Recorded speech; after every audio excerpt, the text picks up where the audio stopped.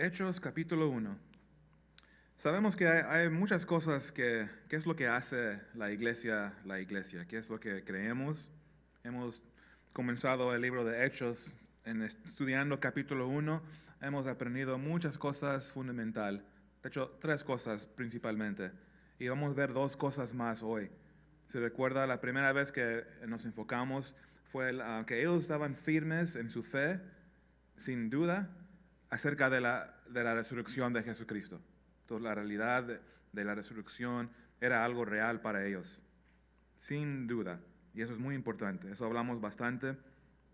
También estaban firmes en su creencia sobre el poder del Espíritu Santo. Sus vidas eran totalmente una dependencia en Dios, en su Espíritu. Eso fue otra cosa que vimos, eso ya lo estudiamos. Si no han estado aquí, les recomiendo que escuchen en línea, porque realmente es muy importante esos temas grandes de nuestra fe. Y luego también vimos que su fe estaba firme en la segunda venida de Jesucristo. Tenían esa confianza. Eso no era solo cosas que están en su mente, pero era de una manera que impactaba sus vidas, cómo se comportaban. Y yo creo que eso es bueno para nosotros, reflexionar, porque yo creo que la mayoría, o si no todos, creemos estas cosas, pero vivimos diario de esta manera, con esas cosas en nuestra mente, porque debería impactarnos, nuestras decisiones, nuestras acciones. De esa es la verdad, que Jesús vive. Eso debería impactar tu vida. El poder del Espíritu Santo que Dios te ha dado para ti. Esas son cosas importantes. La esperanza que Jesús puede regresar en cualquier momento. Son cosas que nos debería impactar cómo estamos viviendo. Y vamos a ver 2 cosas más esta noche. El poder de oración, otra cosa fundamental, una vida de oración para el cristiano. Y también el poder de la palabra de Dios. Esas son cosas que la iglesia... Y recuérdense, cuando comenzamos en la introducción, vimos que vamos a ver nosotros cómo era qué hacían los primeros cristianos, cómo era la iglesia, cómo se veía la iglesia. Entonces queremos imitarlo. Entonces nosotros igual oren, abren sus corazones acerca de tu vida de oración. ¿Cómo está tu vida de oración? ¿Crees en el poder de oración? ¿Qué tal tu vida acerca de la palabra de Dios? ¿Estás en la palabra diariamente? Eso es lo que es mi oración, que Dios nos hable a todos nosotros para ayudarnos y crecer. ¿Para qué? Para ser más efectivos como testigos de Jesucristo. Ese es el propósito de la iglesia. Estamos aquí para testificar de Jesucristo. Testificamos el Evangelio, la verdad. Entonces, ¿qué les parece si oramos primero? Amén. Padre, te damos gracias por esta noche. Gracias, Señor, por llamarnos en estos días. En días cuando tú deseas usar tu iglesia, que brille de una manera que otros vean, Dios, vean ti en nosotros. Deseamos reflejarte, Señor. Queremos ser efectivos en el ministerio. Entonces, Señor, gracias por tu palabra y por lo que nos vas a enseñar esta noche. Ayúdanos, Señor, danos entendimiento, abre nuestros ojos y haz tu voluntad, Dios, en nosotros. Te lo pedimos en el nombre de Jesucristo. Amén y amén. Ok, ¿están tomando notas? Les recomiendo que lo hagan. Lo primero que vamos a ver es el poder de oración. El poder de oración. Son cosas fundamentales. Entonces no lo escriben como, oh, ya sé de esto. Hay que acercarnos a la palabra esperando que Dios va a mostrarnos algo. ¿Verdad? Que Dios quiere hablarme de oración. Siempre debemos venir a la palabra con esa expectativa. El poder de oración, eso lo vemos en el verso 12 al 14. Y por eso, otra vez, ¿por qué eran efectivos los primeros cristianos? Porque tenían su fe en la oración. No solo lo creían, pero lo implementaban. Oraban continuamente. Fíjense en verso 12. Y aquí iniciamos. Hechos 1, verso 12. Dice, entonces volvieron a Jerusalén desde el monte que se llama del Olivar, el cual está cerca de Jerusalén, camino de un día de reposo. Ellos están más o menos una milla, un poco menos de una milla, fuera de Jerusalén. Dice aquí que están en el monte que se llama del Olivar. Y es interesante porque para un judío ellos no podían viajar más de 1.2 kilómetros, porque eso sería romper la ley. Pero están en la distancia perfecta para regresar a Jerusalén. Y luego, en acuerdo con verso 13, regresaron. Y dice, verso 13, y entrados subieron al aposento alto, donde moraban Pedro y Jacobo, Juan, Andrés, Felipe, Tomás, Bartolomé, Mateo, Jacobo, hijo de Alfeo, Alfeo, Simón el Zelote y Judas, hermano de Jacobo. 11 apóstoles. ¿Por qué solo 11? Porque se recuerdan, Judas traicionó a nuestro Señor y ya no está vivo. Por eso son 11. Pero el hecho que regresaron es algo grande, notarlo aquí. Y es significante. El hecho que regresaron juntos, todos. Porque su fe está, claro, es firme en Dios, en lo que Dios dijo, como ya lo estudiamos antes, su palabra, su promesa, van a ser llenos del Espíritu Santo. Ellos no entienden muy bien cómo se va a ver todo esto, pero lo creen. Y eso es tan importante. Son hombres y mujeres de fe. Y fíjense, como dice en verso 12, entonces volvieron a Jerusalén. En otras palabras, obedecieron a Cristo. Y aquí vemos un ejemplo para nosotros. ¿Obedeces a Cristo? Él te ha hablado como Dios habló a ellos. Ellos mostraron su fe. Ellos realmente creen. ¿Cómo lo sé? Porque hicieron lo que Él dijo. Eso es evidencia de una fe genuina. Dios te habla, Jesús habla y tú lo haces lo que Él te dice. Como ellos regresaron a Jerusalén esperando. No hablaron acerca de esto, no hubo un debate, no compartieron sus opiniones. ¿Ves? Simplemente lo hicieron. No se les olvidó del sermón después que lo escucharon, como puede ser la ocasión de algunos, ¿verdad? Escuchamos, oh wow, Dios me habló muy claro, muy fuerte, pero nos olvidamos cuando salimos al estacionamiento. Esa es la lucha con la carne, porque tenemos que ser llenos del Espíritu para poder andar, con todo lo que aprendemos, andar y hacerlo. Es muy común que personas resisten lo que dice la palabra. Aunque compartemos la palabra con personas, hay resistencia. Pero la iglesia no debe haber resistencia. Nos sometemos a Dios y su palabra. La palabra no es para tener un debate. Esta parte no me gusta. Entonces hay que no ver esta parte. Hay que hablar de las cosas que me hacen sentir bien, lo que me hace sentir más positivo. Pero ese no es el asunto, ese no es el propósito de la palabra. Y tenemos que acercarnos a la palabra de una manera sin excusas.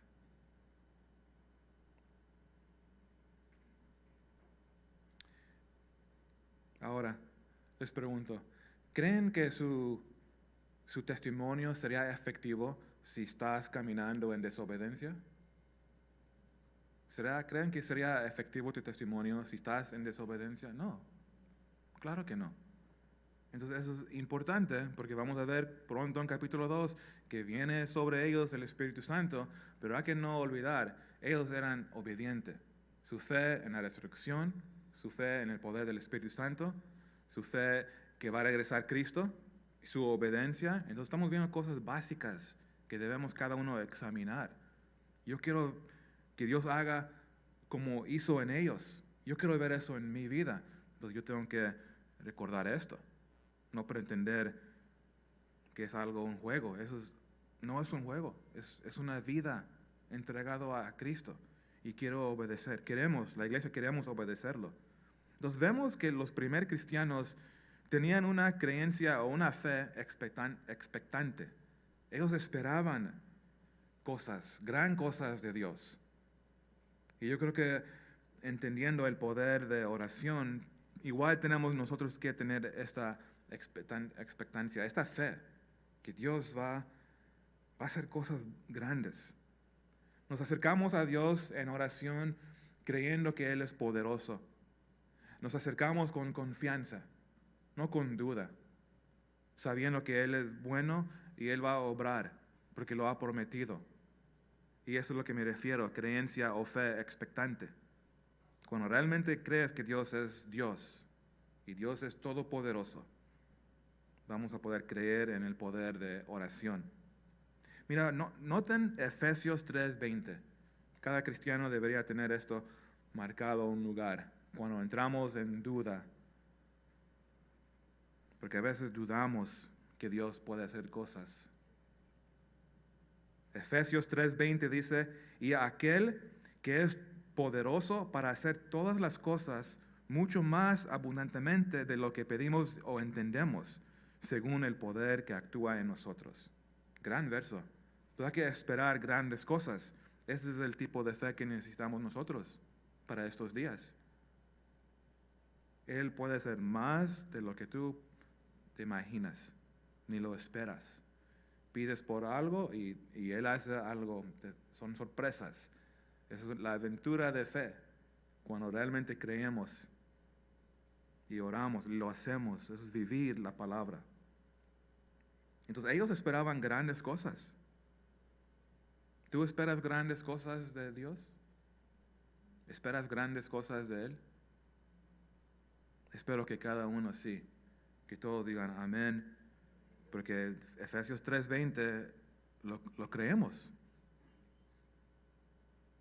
Ahora vemos su fe, que esperaba grandes cosas, y ahora se sigue a su oración.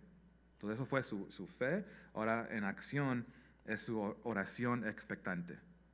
Eran hombres y mujeres de oración. Fíjense en verso 14. Eso es un verso clave en este pasaje. Dice, todos estos perseveraban unánimes en oración y ruego con las mujeres y con María, la madre de Jesús, y con sus hermanos. Todos los primeros cristianos eran hombres y mujeres de oración. Y aquí vemos tres cosas que nosotros podemos aplicar, cada uno aquí. Hay que aplicar esto. Número 1, fidelidad en la oración. Hay que ser fiel en esta área. Es una área donde cada uno luchamos, porque es un acto espiritual y requiere disciplina. Y Satanás viene para distraernos, para que no guardemos tiempo de oración. Ahí nos va a atacar. Pero fíjense cómo dice, todos los primeros cristianos, todos estos perseveraban. Eso significa que lo hacían continuamente. Oraban y luego oraban más. Y oraban más. Es su vida. Continuamente, constantemente, eran fiel en su tiempo de oración. Mira, ahí estamos en Hechos 1. Mira, fíjense en verso 24 rápidamente. Mira, ¿qué dice en verso 24? Dice, y orando. Entonces se ve otra vez. Ahora, Hechos 2, 42. Y perseveraban en la doctrina de los apóstoles, en la comunión unos con otros, en el partimiento del pan y en las oraciones. Fíjense, Hechos 3:1. Aquí todos estamos aquí en el libro de Hechos. Hechos 3:1. Pedro y Juan subían juntos al templo a la hora novena, la de la oración. Ahora fíjense en capítulo 6, verso 4. Y nosotros persistiremos en la oración y en el ministerio de la palabra. Entonces, ¿sí ven mi punto? Era continuamente, era parte de su vida. Eso es la vida del cristiano, orando continuamente. Porque hay muchas necesidades y debemos crecer en buscar la voluntad de Dios, para hacer la voluntad de Dios. Y eso sucede durante oración. Todos tenemos vidas muy ocupadas, ¿verdad? Yo tengo una lista de oración que mi computadora me recuerda, pero hay veces que algo sucede en la mañana cuando llego aquí a la oficina o donde quiera y no, lo hago clic como ok. Entonces ese tiempo lo hago en el tiempo del lunch, pero algo más pasa y se nos escapa así, tan rápido. El tiempo, esa es la lucha del cristiano. Requiere disciplina, nos hay que pedirle a Dios, danos disciplina en esta área para crecer y ser fiel como Dios quiere de nosotros. Entonces esto muestra algo, porque ellos estaban orando continuamente. Eso significa que dependían totalmente en Dios. Eso es una gran verdad. ¿Ves? Esperaban en Dios. Oraban a hablar con Dios, esperaban su respuesta. ¿Qué hacemos, Señor? Y hablaban con Dios y Dios les da la respuesta. Y así debe ser. No actuar sin que Dios te hable primero para que te confirme cosas. Cualquier decisión debemos buscarlo para que sea lo que Dios quiere para sus planes. Entonces eran fieles, eso es muy claro, pero también fíjense, estaban unidos en oración. Es una iglesia unidos. En verso 14, todos estos perseveraban unánimes. Una palabra interesante, se usa 11 veces en el Nuevo Testamento. 11 veces y 10 veces está aquí en el libro de Hechos. Unánimes. Entonces yo creo que el Espíritu Santo quería mostrarnos que, mira, la unidad en la iglesia sucede cuando están en oración. Entonces, tú no vas a estar unido en oración, como cuerpo, si no estás en oración. No va a ser posible, porque ¿cómo vas a estar unidos con tus hermanos si nunca has escuchado sus oraciones, sus corazones? No sabes. Eso requiere que nos congregamos. Y por eso, gracias a Dios que tenemos este espacio. Gracias a Dios por nuestro pastor Jeff aquí, que dice, no, vamos a abrir las puertas, porque eso es esencial. Necesitamos esto para mantener la unidad. Es muy importante. Pero algo muy interesante de esta palabra, unánimes, se usaba en ese tiempo, en el tiempo antiguo, de una sinfonía. Una sinfonía. Y es una buena ilustración, porque ¿qué es una sinfonía? Hay un montón de instrumentos tan diferentes sonidos, tonos, pero todos están en armonía. Es una sinfonía. Entonces no es un montón de ruido. Juntos suena increíble. Y eso es la ilustración que Dios nos pinta de esto de ser unidos. Estamos en armonía. Cada uno diferente, un poco diferente. Un poco raro. Este hermano un poco más raro. Y ya saben, somos tan diferentes, pero unidos en Cristo. Oramos y nos hace más unidos. Eso es lo que Él quiere hacer. Y luego fíjense, en verso 15, sabemos que había 120 discípulos ahí en el aposento alto, y todos ellos estaban unánimes en oración. Entonces vemos unidad. Unidad. Entonces ese es un resultado de oración. Si estamos en oración, va a haber unidad. Si no, no va a haber unidad. Entonces aquí vemos la iglesia primitiva totalmente con una visión, ¿verdad? Unánimes, dice. Una misma pasión, un mismo mente. Sus corazones totalmente unidos en comunión. Tiempo uno con otro. Orando juntos. Entonces, eso es una ilustración de cómo debe ser la iglesia. Entonces, Dios nos quiere exhortar que se involucren en estas cosas espiritual, de comunión, de tiempo de oración. Si hay una reunión de oración, acércate, escucha a los hermanos, escucha a los que van a compartir peticiones, qué es lo que está en los corazones. Esos son lo que nos une. Debemos crecer en unidad. Yo quiero estar más unido en esta iglesia. Y eso sucede cuando escucho oraciones. Y yo creo que igual, eso es tu experiencia igual. Cuando nos formamos grupos pequeños y podemos orar y compartir peticiones, es algo muy bonito. Y Dios hace la obra, Él nos hace más cercanos a Él y a uno al otro.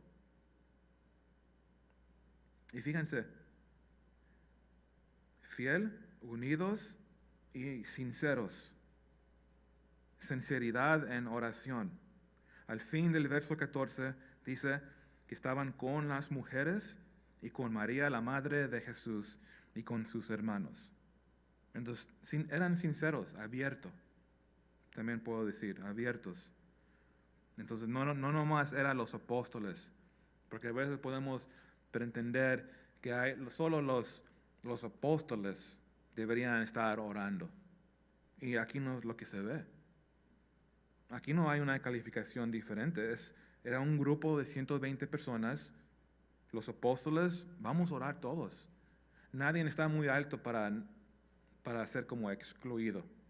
¿Verdad? Como la oración yo no lo necesito. Eso es solo para otros. No, es igual. Y aquí lo vemos. Sí hay una jerarquía. Dios tiene orden en su iglesia. Pero cuando se trata de oración, somos igual. Tenemos las mismas necesidades. Hay que nunca pensar que estás más alto que otro en necesidad de oración. Cuidado, guarda tu corazón. ¿Los apóstoles necesitaban oración? Claro que sí. Pedro necesitaba oración. Santiago, todos. Todos necesitamos oración. Y también, interesante, estaban con las mujeres. Y eso es algo muy bonito de nuestra fe, de cristianismo. En comparación con otras religiones le dan una posición bajo, un falto de honor y respeto a mujeres. Las ven como menos. Pero en Cristo somos igual. Hay jerarquía, pero aquí los vemos igual. Apóstoles orando con mujeres. Muy interesante. Y también dice María, la madre de Jesús. Ahí estaba María. ¿Y por qué menciono esto? Lo menciono porque, si se dan cuenta, no están orando a ella. ¿Sí se dieron cuenta? ¿Están adorando a María? No, estaban orando con ella. Ella estaba ahí. Ella era una cristiana, un discípulo firme en su fe. Tenía las mismas necesidades de los demás. Muy importante saber esto. Fue una creyente igual como nosotros. Ningún lugar van a encontrar en la Biblia que oraron la iglesia a ella. No se va a encontrar. ¿Quién inventó esto? ¿Un hombre? Sabemos mucho de María. Estudiamos Mateo del principio, ¿se recuerdan? Una mujer de gran honor, bendecida, un rol único que dio luz al Salvador, al nuestro Rey. Eso lo vemos. Pero jamás dice algo que ella, su posición ha subido por ese acto. No es bíblico. Cuando fuimos a México, déjame regresar un poco para atrás. Cuando yo era católico fiel, no tan fiel, yo me puse en debate con cristianos. Y mi debate era, yo no adoro a María. Solo es un respeto para ella. Y lo decía sin saber lo que estaba hablando. Pero yo defendía ese acto. Nada mal orar a ella. Era ignorancia. Ahora, cuando llegué a México, como se subió a un nivel mucho más alto. Porque ahora tal vez solo puse más atención cuando estaba allá. Pero una vez, me recuerdo, estábamos en Mérida y escuché enfrente de nosotros, los vecinos estaban, ¿te recuerdas, Silvia? Saqué mi cámara, todo escondido, porque estaba tan curioso. ¿Estoy escuchando lo que estoy escuchando? Y en sus cantos, sus oraciones o sus rezos, estaban exaltando a María como la fuente de gracia. Eso es blasfemia.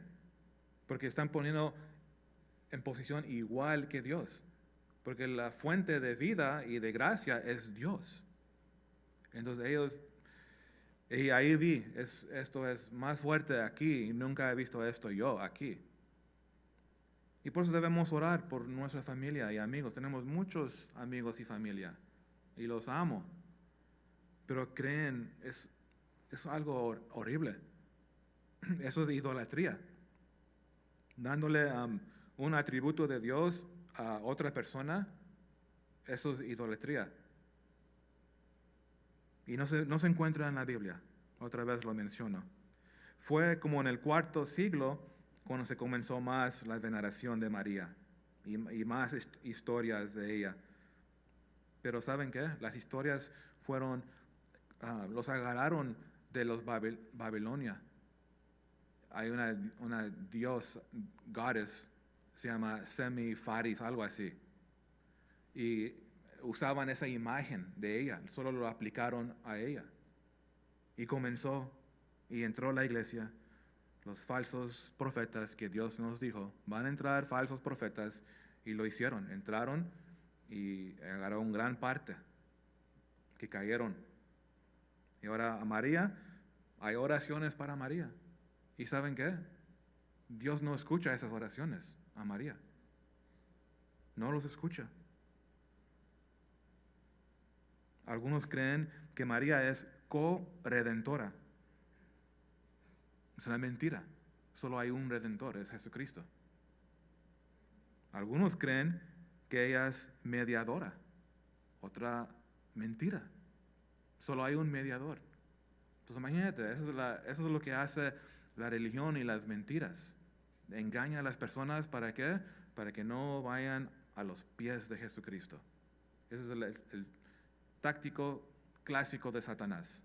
Si no llegan a Cristo, están, ¿cómo se dice? Muertos. No llegarán a la vida eterna. Entonces Satanás es muy astuto. Usa a María, una mujer muy bendecida, y cómo la usaron para engañar. Qué triste. Bueno, vamos a continuar, porque también algo interesante en este verso dice que estaba con sus hermanos. Sus hermanos. Hermanos de Jesús, Santiago y Judas, hijos de José y María. Muy interesante. Medio hermanos, obviamente, pero ahí estaban en el aposento alto. Y eso es muy interesante porque sabemos que los evangelios enseñan que sus hermanos eran incrédulos, escépticos, eran negativos. Él no es el Mesías. Noten Juan 7:5, porque ni aun sus hermanos creían en él. Pero ahora aquí están, con los demás de los creyentes. Muy interesante. ¿Qué es lo que cambió su mente de su hermano? La resurrección. Otra vez, eso es un punto fundamental de nuestra fe. Lo vio y lo creyó. Él es Dios. Es mi Salvador. Se convirtieron en creyentes.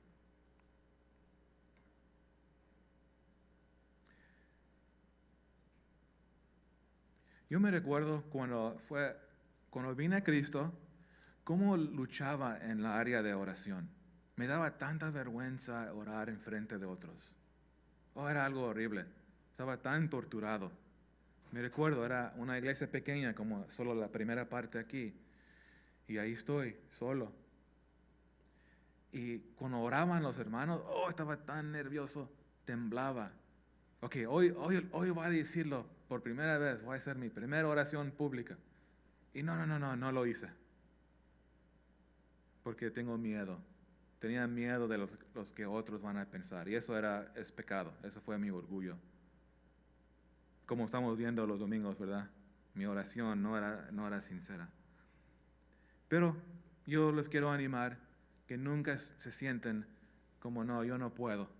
Seas un nuevo creyente, te animo. No se trata de ser tan elegante en oración. No se trata de eso. Dios simplemente quiere que lo hagamos en fe, confiando que Él nos escucha y que Él es poderoso, esperan gran cosas de Él. ¿Nunca han luchado ustedes con eso?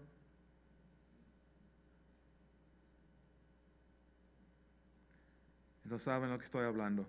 Ahora, ¿por qué es que no luchamos tanto nosotros cuando es reunión de oración? Les dije, es la área donde la iglesia más batalla. No, somos fuertes, somos Calvary Chapel Downey, estudiamos la Biblia, ¿verdad? Pero lo que pasa es que la carne nos gana la carne. Y se anuncia, de hecho, la reunión que tuvimos, la última, solo hubo 11 personas. 11 personas de una iglesia de unos 100. Algo no está bien en eso. Entonces, eso es una palabra para nosotros. Hay que venir y orar juntos, hay que crecer en unidad para caminar con la misma visión, la misma pasión. ¿Qué es lo que vamos a hacer? Es muy importante esto. Imagínense noche de oración lleno como el domingo. Eso, wow, algo es un sueño, pero no debería ser un sueño. No debería ser, imagínense, debería ser normal. Debería ser lo normal. Porque vamos a luchar. Muchos tenemos un horario. A tal y tal hora es tiempo de oración. Y yo creo que algunos igual tienen sus peticiones escritas en una libreta. Y luego cuando es tiempo de orar, algo sucede. Tu horario cambia. Y luego ya no se regresó. Yo entiendo la lucha, pero hay que pedirle a Dios, ayúdame a ser más disciplinado en esta área. Mi esposa apenas hizo un nuevo plan, porque descubrió desde que comenzamos homeschool, su tiempo de oración ya no era como antes, era imposible. Pero hizo unos arreglos en su horario, ahora regresó a esa disciplina de tener ese tiempo solo con Dios, tan importante.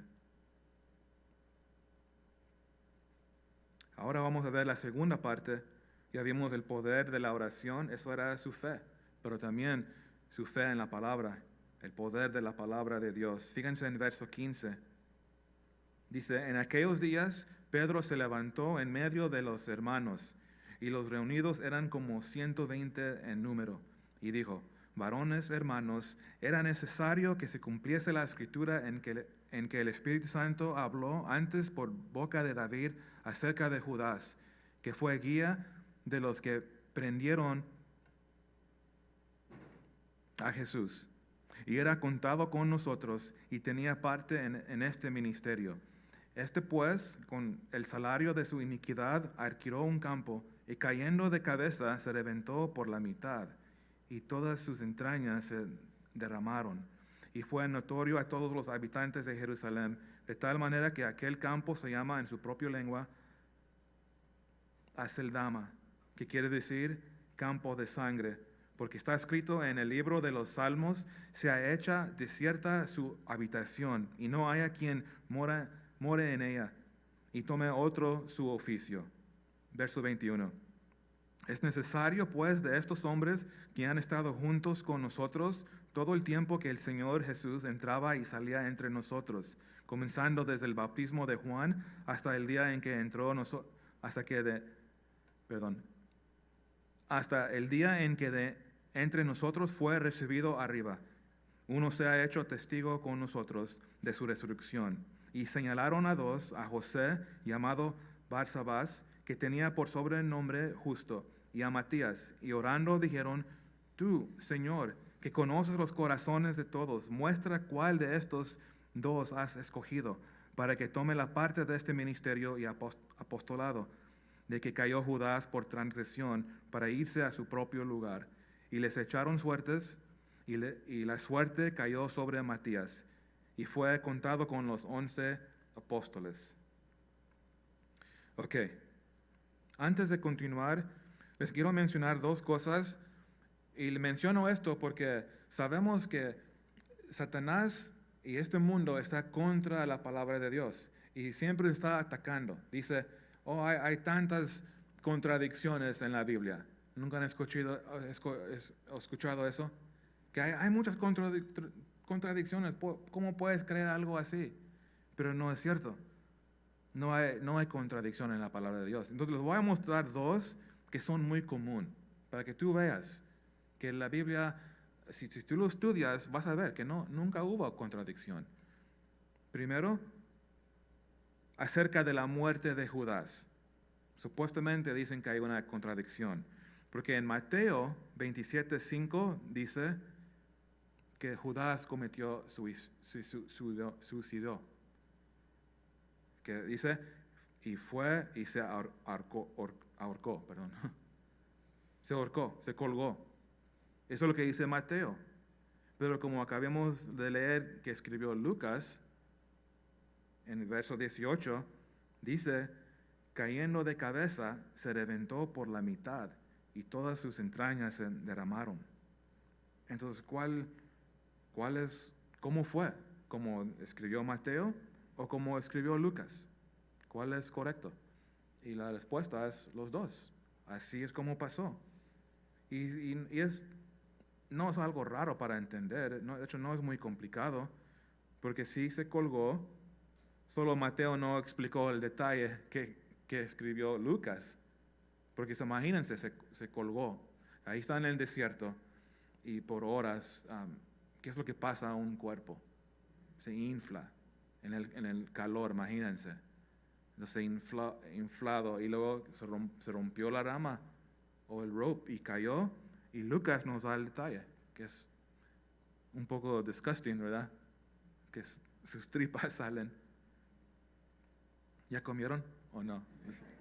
Que lo estudiamos más profundo. Pero es claro que es lo mismo. No hay contradicción. Pero uno incrédulo usa esto. Mira, ¿ves? Aquí dice que se colgó. Aquí dice que se cayó. Claro, es el mismo evento. Hay otro supuestamente contradicción. ¿Quién compró el campo?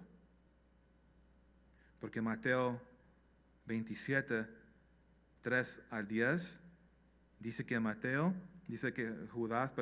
escribió que Judas se sintió un poco mal. ¿Qué es lo que hizo? Fue al templo y quiso regresarle el dinero que les dieron los sacerdotes. No lo recibieron de él, pero entonces él lo tiró en el templo. Sabemos esa historia. Después, dice Mateo, que los sacerdotes levantaron el dinero y con el dinero compraron este campo, este terreno. Ahora, en el libro de Hechos, que acabamos de leer, dice que pues, con el salario de su iniquidad, adquirió un campo. Entonces, esa es la contradicción, supuestamente. ¿Quién compró el campo? ¿Los sacerdotes o Judas? Y la respuesta es sí, los dos. Los dos lo compraron. Los sacerdotes hicieron la transacción, pero fue el dinero de Judas. Entonces, no hay contradicción. De hecho, porque ellos hicieron eso, cumplieron la profecía que Dios ya nos dio.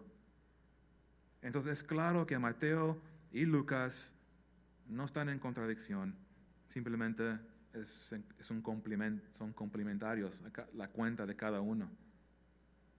Y eso es muy común en un montón de supuestamente contradicción. Solo tienes que ver otras escrituras y se explica muy, muy fácil.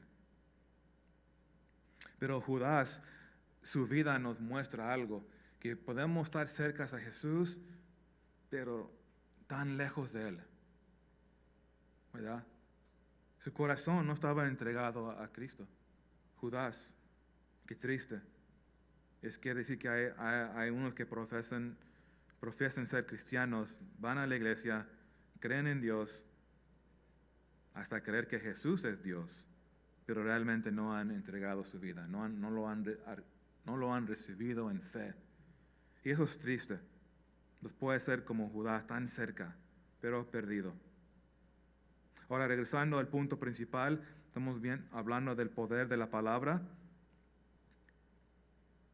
Fíjense, su fe. Las Escrituras son la palabra inspirada de Dios. Eso es lo que creemos. No es la palabra del hombre. Las Escrituras son la palabra inspirada de Dios. Y eso es poderoso, porque nos cambia, nos enseña, nos corrige Dios. Mira, fíjense, en verso 16,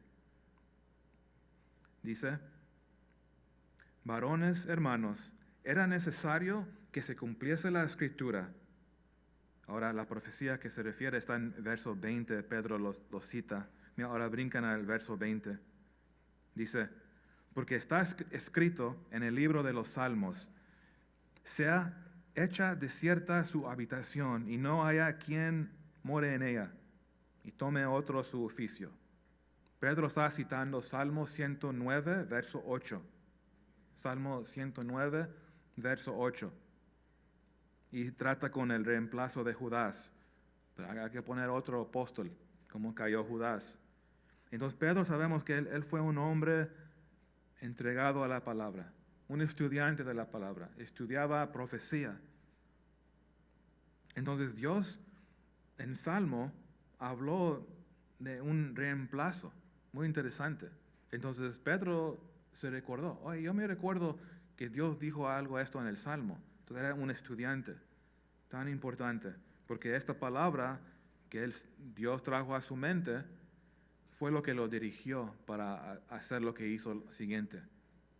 Y así debe ser para nosotros. Tomar la palabra y nos va a dirigir cómo debemos vivir. Necesitamos instrucciones. Entonces, eso vemos en Pedro, un hombre de la palabra.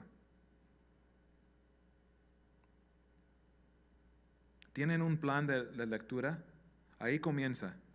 Un plan de simplemente leer. Y tú haces el plan. Haz tal vez capítulo al día o menos, pero el punto es que se haga un plan personal. Esa es la lectura, el estudio. Aquí estamos, también es bueno. Tu tiempo devocional es muy dinámico. El punto es que seamos entregados a la palabra. Permite que entre en tu corazón y en tu mente. Meditar sobre la palabra, tan importante. Meditar es reflexionar. ¿Qué es lo que dijo Dios? ¿Se recuerdan? En los domingos vimos unas pruebas de preguntas, una serie de preguntas. Son preguntas para que podamos meditar. ¿Cómo está mi corazón? Acerca de cómo doy mis oraciones en el ayuno. Debemos meditar. Tan importante.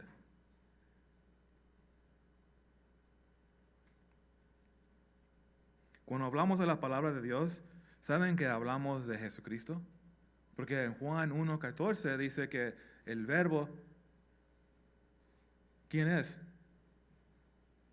Es Cristo, ¿verdad? La palabra es Dios, es Cristo. Entonces cuando decimos yo amo a Cristo, estás diciendo que yo amo la palabra. Porque es triste escuchar supuestamente creyentes que hablan bonito de Jesús, pero no les interesa la palabra. Y no entienden que eso no es lógico. No, algo está muy mal, hay un gran error, porque Cristo es la palabra. Entonces debemos examinar qué es tu actitud de la palabra. Eso muestra mucho de tu relación con Cristo. ¿Tienes una pasión para la palabra? Es que tienes una pasión para Dios, para Cristo. ¿Cuánto tiempo guardas para estar en la palabra? Tengo un track, un folleto de un plan de 7 minutos. Eso es un buen plan, porque 7 minutos es mejor que ni un minuto, ¿verdad? Pero ¿saben qué? Van a descubrir 7 minutos no es suficiente. Y ese es el punto, eso es para que arranques y tú mismo tienes hambre y crece ese apetito para la palabra. Es muy importante. Y también como padre, yo sé que mis hijos van a ver qué tanto yo amo la palabra. Y yo quiero ser ese ejemplo. Tiempo, que ellos vean que es importante. Si yo no estoy en la palabra, ¿por qué ellos lo van a hacer? ¿Ves? Es muy importante. Y fíjense, en 2 de Timoteo, es un verso muy conocido. 2 Timoteo 3:16, toda la escritura es inspirada por Dios y útil para enseñar, para redarguir, para corregir, para instruir en justicia.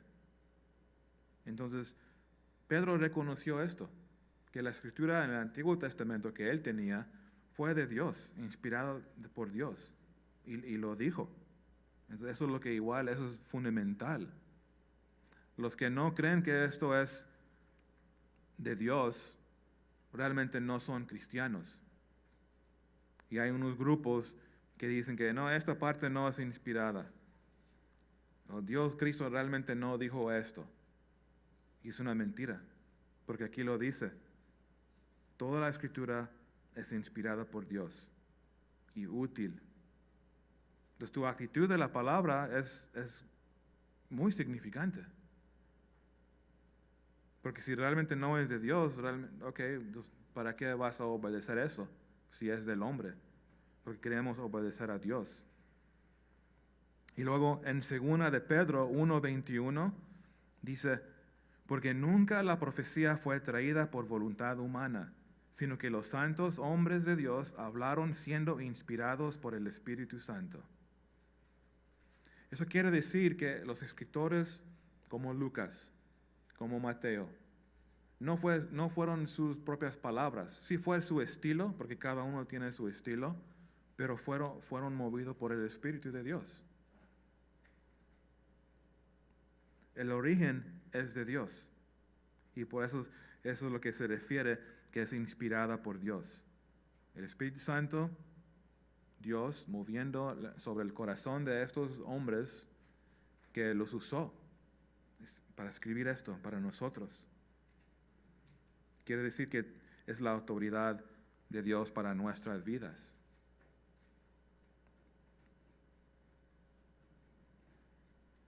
Esto lo menciono porque una iglesia que falla en esto no va a ser efectiva.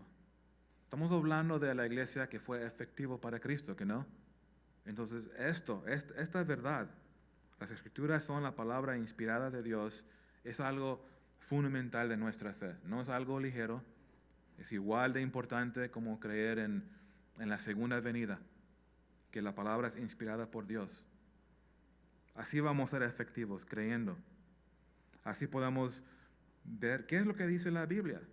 Si viene un varón, oye, pastor, ya no soporto a mi esposa, quiero un divorcio. Y le digo, mira, pues la Biblia, no quiero saber lo que dice la Biblia. Entonces, ¿cómo nos vamos a vivir? ¿Ves?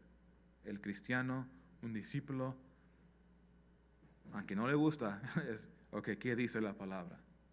Que eso sea la autoridad para mi vida. Y, Dios, ayúdame a hacer esto. Eso es muy común. Entonces debemos proteger esta verdad nosotros. El día que escuchas de este púlpito, esta parte ya no lo vamos a enseñar, no creemos que es inspirada, huyen y corren, pero no va a ser eso. Oramos que no sea eso. Eso sería el día que entraron falsos maestros y proclamaron una gran mentira. Porque ahora el momento que comienzas a quitar cosas, ahora el hombre se hace la autoridad. Esto no aplica para hoy, esto sí, hay que cambiarle un poco y es un caos. Y lo triste es que la gente que entra para escuchar la palabra, creen que están escuchando la palabra, están escuchando algo muy diferente. Se parece que es un estudio bíblico, pero se convirtió en algo más. Se desvió de Jesús. Ahora, estamos hablando del poder de la palabra, no solo para creerlo, pero para que impacte nuestras vidas. Y eso es lo que vemos en ellos. Ellos tomaron acción basado sobre lo que dijo dijo Dios en su palabra. Es algo para nosotros, es una lección para nosotros. Hay que tomar acción y hacer decisiones basadas en la palabra de Dios. Lo creyeron y tomaron acción. Eran hombres y mujeres de acción. Fíjense en verso 21. Es necesario, pues, que de estos hombres que han estado juntos con nosotros todo el tiempo que el Señor Jesús entraba y salía entre nosotros, comenzando desde el bautismo de Juan hasta el día en que entre nosotros fue recibido arriba, uno se ha hecho testigo con nosotros de su resurrección. Entonces, en acuerdo con la Biblia, hubo dos requisitos para el apóstol. Aquí lo vemos. Este apóstol tenía que, número uno, ser un seguidor de Jesús durante sus 3 años en su ministerio público, durante que estuvo ahí en el bautismo de Jesús y hasta su ascensión. Eran testigos de eso. Y luego, testigos de la resurrección. Ya lo dije. Eran requisitos, ¿verdad? Y luego, fíjense, en acuerdo con verso 23, los apóstoles encontraron 2 candidatos que estaban calificados. Aquí dice, y señalaron a 2, a José, llamado Barsabás, que tenía por sobrenombre Justo, y a Matías. Entonces ahí tienen 2 hombres, José y Matías, pero no saben cuál de ellos va a ser el siguiente apóstol, tomando el lugar de Judas. Entonces es una pregunta muy importante. Pero lo que vemos aquí y podemos igual recibir de esto, que tomaron una acción, usando la palabra como para dirigirlos, sabiendo que era necesario. ¿Y qué es lo que hicieron? Hicieron lo que Jesús iba a hacer. Ese es uno de esos momentos. ¿Qué haría Jesús? Pues Jesús iba a orar y Jesús les dio el ejemplo. Entonces ellos aprendieron de Jesús. Cuando Jesús escogió a sus discípulos, Él oró. Cuando escogió a los apóstoles, Él se retiraba para orar, para tener tiempo con el Padre. Entonces Pedro lo está imitando a Jesús. Tenemos que orar. Tenemos que orar. Yo no sé quién de ellos es. Entonces hay que orar, que Dios nos dé la respuesta. Y entonces oraron y estaba basado sobre la palabra. Y ese es el tema de esta noche. La oración y la palabra de Dios. Y luego en verso 24, y oraron. Oraron. Por sabiduría. ¿Quién de estos 2 es el nuevo apóstol? Entonces fue basado sobre la palabra. Qué gran ejemplo para nosotros. ¿Tus decisiones lo haces considerando la palabra o lo haces considerando tus emociones? Si lo hacemos considerando solo las emociones, garantizado vamos a fallar. Nos vamos a desviar de la voluntad de Dios. Pero cuando tienes la palabra que te respalda tu decisión, estás en un buen camino. Aunque es espantoso, lo estás haciendo en acuerdo de la palabra y Dios te va a respaldar. Eso es lo que ellos hicieron. Ponte en el lugar de Pedro. ¿Que no estarías un poco nervioso? Pues ¿quién va a ser? Eso no es algo ligero. Entonces oraron y permitieron ¿a quién? Al Espíritu Santo que los guíe y los dirige al varón que debería ser. Hombres y mujeres de acción. Ahora fíjense su fe, su gran fe.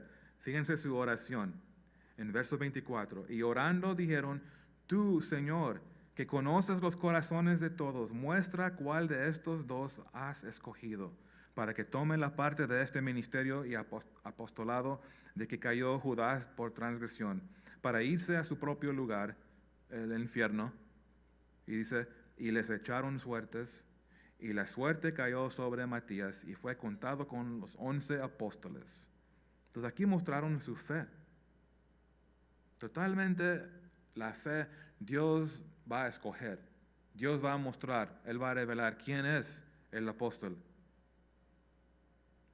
Entonces, fíjense, no tomaron un vote. Ok, ¿quién? Alza la mano para José. ¿Cuántos para José? Alza la mano. ¿Cuántos para Matías?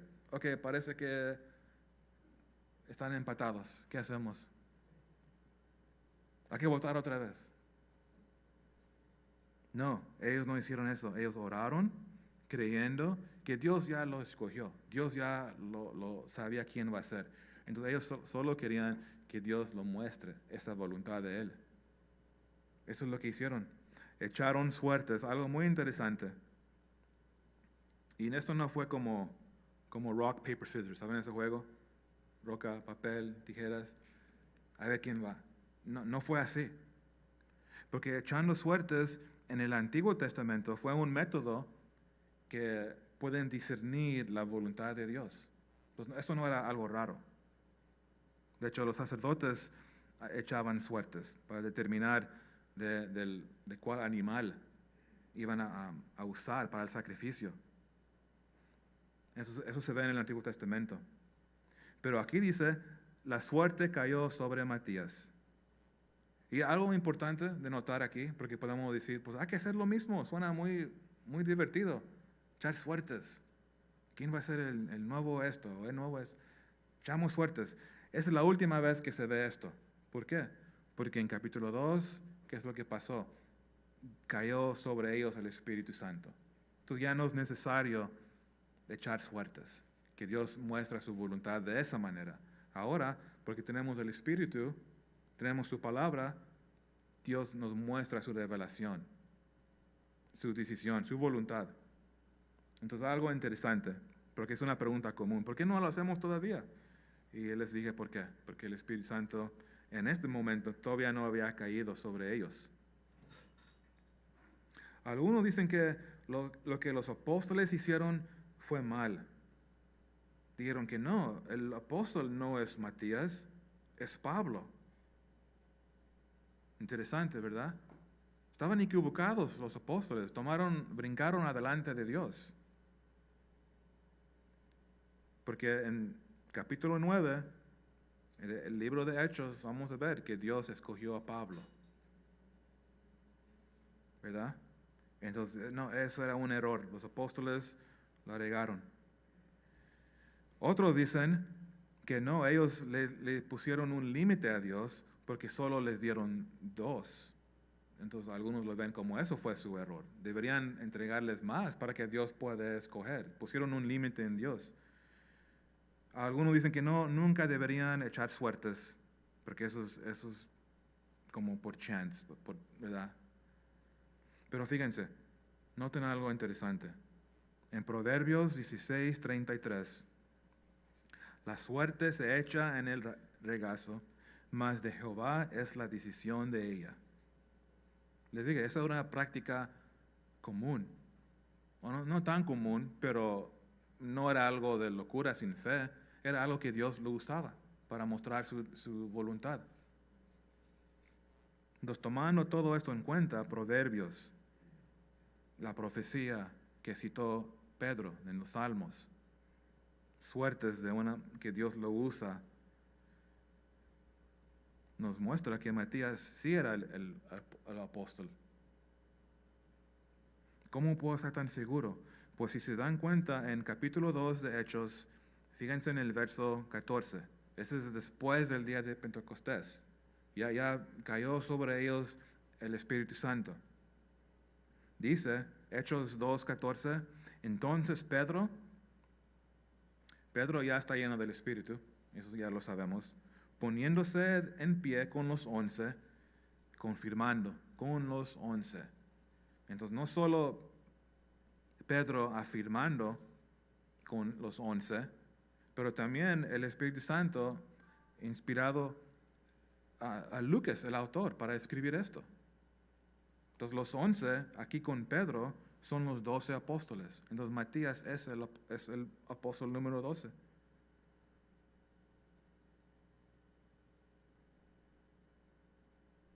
¿Los confundí? ¿O creen? Matías es apóstol. Pobre Matías, muchos lo han atacado. pero él es apóstol. ¿Pablo es apóstol? Claro que sí. Pero el punto de esto es que actuaron basado sobre la palabra de Dios. Y creyeron, su fe en oración es claro. Creyeron que Dios va a confirmar, él lo va a mostrar, Él lo va a hacer. Y así fue. Matías fue el apóstol. Los primeros cristianos creyeron en el poder de la palabra de Dios, creyeron que fue inspirada por Dios, y tú y yo seríamos sabios a hacer lo mismo, de ser firme en esto. Entonces es un capítulo, como me lo mencioné cuando comenzamos, es un capítulo de nuestra fe, de fundamentales de nuestra fe.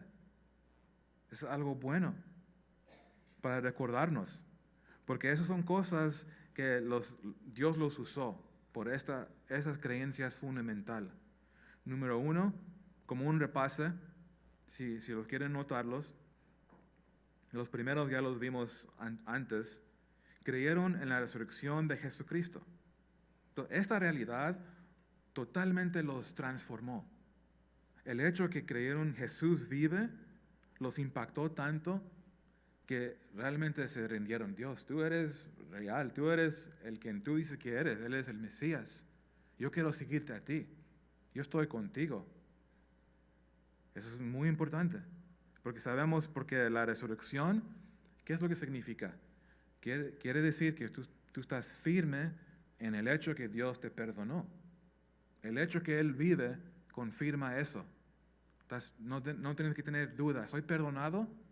Si tú has puesto tu fe en Jesús, crees que está vivo, tengan esa aseguranza o certeza. Sus pecados son perdonados. ¿Tú tienes esa aseguranza esta noche? ¿Que tus pecados son perdonados? ¿Conoces al Salvador resucitado? ¿Personalmente lo conoces? ¿Lo has recibido? ¿Has hablado con Él? Son cosas que nos impactan cuando realmente lo creemos. Es una realidad. Y número 2, estaban firmes porque su fe era en el poder del Espíritu Santo. Creyeron y su dependencia era en el Espíritu. También podemos preguntar, ¿yo dependo en el Espíritu o dependo en mi fuerza? ¿Dependo en mi sabiduría o dependo en la sabiduría de Dios? Son cosas que nos va a totalmente cambiar, radicalmente. Si no hay, ¿cómo puedo decir? Progreso en mi crecimiento espiritual, si no veo cambios en mi vida, es muy posible que estoy dependiendo en mi fuerza. Entonces hay que ser sinceros con Dios, honestos, porque en el poder de Él es posible tener victoria y vencer tentaciones y hacer lo correcto, hacer lo que debemos hacer, porque ahora tengo ayuda, tengo el Espíritu. Entonces debemos depender en todo. Señor, te necesito hoy. Vas a entrar a tu trabajo, haz la oración. Señor, lléname de tu Espíritu. ¿Quién sabe qué locura me voy a encontrar hoy? O ya saben, la vida es complicada, es difícil. Por eso debemos depender para no actuar en la carne y caminar de una manera que refleja a Cristo. Eso solo es posible con el Espíritu. Y luego fíjense, creyeron en la segunda venida de Jesucristo. Eso significa esperanza, viviendo. Va a regresar Jesús, lo creo.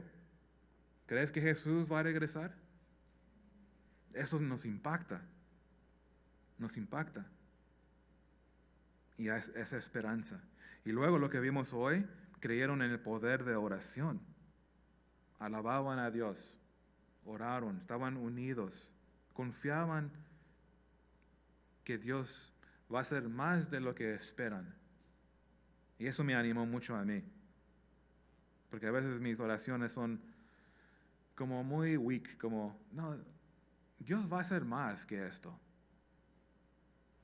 Y Dios es bueno y fiel. Dios nunca te ha sorprendido de esa manera.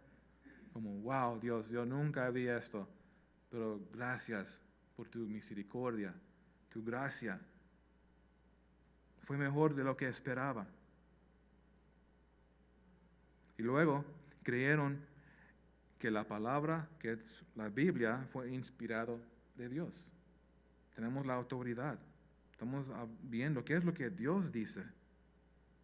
Y por eso es tan importante la palabra. Entonces son 5 cosas. Para la mayoría eso ya lo sabemos.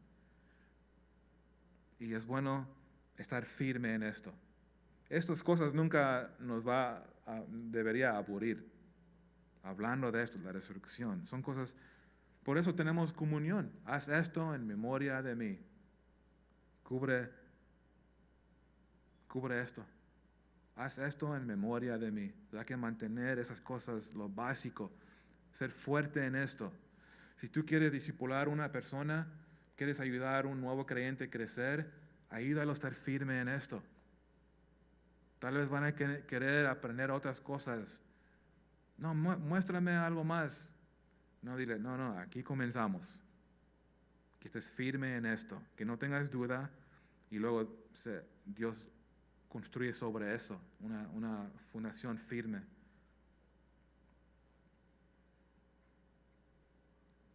Queremos terminar en oración, pero quiero también que cada uno ore individualmente. Mientras yo estoy cerrando en oración, ustedes oren también. Hablan con Dios. Cualquier carga que tú tienes en tu corazón, hay que darle gracias por esto, por su palabra, que Él vive. Tenemos la certeza que somos perdonados. Es su poder, que Él está con nosotros siempre, nos va a ayudar, nos va a dar la habilidad. Vamos a ser efectivos porque Él está con nosotros. Nunca te va a dejar. Son cosas que podemos meditar, que va a regresar y que sea hoy, que sea ahorita, vámonos ya. Y orar por los que todavía no lo conocen. Que ven, Señor, pero espera también un poquito más porque tengo mi hermano o un primo que amas. Son cosas que debemos orar ahorita. Y el poder de la oración, como vimos hoy, y su palabra. Vamos a orar.